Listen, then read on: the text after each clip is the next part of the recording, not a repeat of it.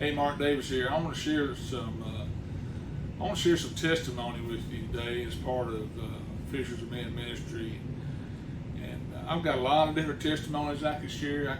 I could share about when I found accepted Jesus as my Savior.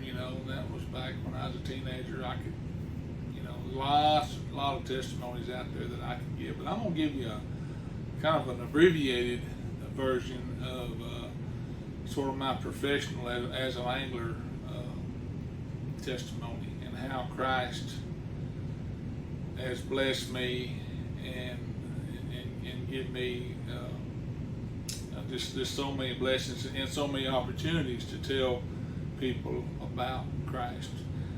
And I think we've all got a purpose, and the Lord has a purpose for each and every one of us, and it's unfortunately myself included. We go through life when we want to do things the wrong way, and we don't pay attention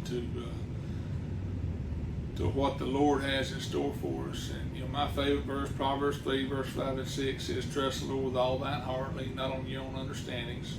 Acknowledge Him in all your ways, and He shall direct your paths." And so, go back in time to the late '80s. I start fishing. I'm 21 years old, and I start on the Bassmasters tour. And everything was pretty good, and all I'd ever done all my life was fish. So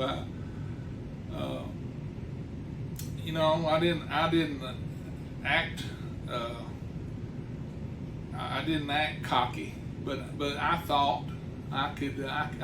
I thought, well, I fished all my life. I can handle this on my own. I'll make my own way, and I was to some degree. But after 9 years on the tour, I had not won a tournament. I had made several Bassmasters Classics, so I was doing okay, but I just really hadn't had that breakthrough season. And in 1995, finally, I found myself in position maybe to win Angler of the Year. And in those days, there were really only two things out there in the fishing world that you could do to really set your career, and to put it on the fast track. And that was win Angler of the Year, or win the Bassmasters Classic. There was no MLF, there was no FLW. It was just bass in those days. That was the only show in town. So on the eve of the final day of the final tournament, I found myself in position just a few points back of a couple of pretty good anglers, Denny Breyer and Shaw Grigsby, and I was in third. And my prayer was simple. And my wife and I, Tilly, prayed this prayer on the eve of that final morning. Said, "Father, if it be your will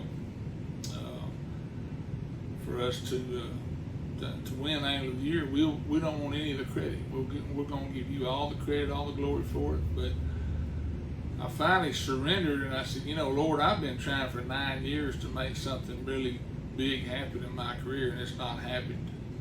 So for the first time, I really asked the Lord to help me, and in a very specific way.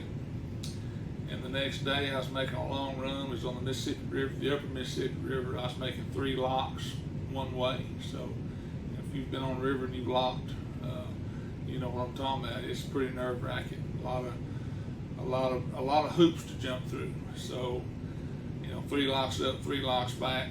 I have a limited bass, and it was really tough. That was a really stingy tournament. And I'm looking at my fish, and I knew I had one that was kind of a line burner. I think it was 14-inch size limit, and I checked him, and he wouldn't quite touch.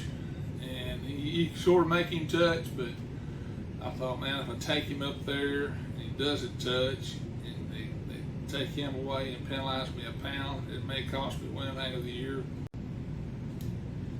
So, I took the fish out of a bag and measured him, and I released him every once in a while. You just blew it. You had a limit, and now you've got 4.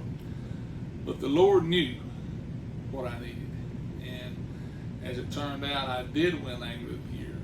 And just a few months later, I won the Bassmasters Classic, and That's been a long time ago. That was in 1995, and I've had a not the best of careers, but I've had a good career, and won a couple more end of the year titles, and here I am approaching 60 years old, and I'm still at it, and I've had some health problems, but through all my career, this will start my 36th year. It's just been, for the most part, just a pleasure.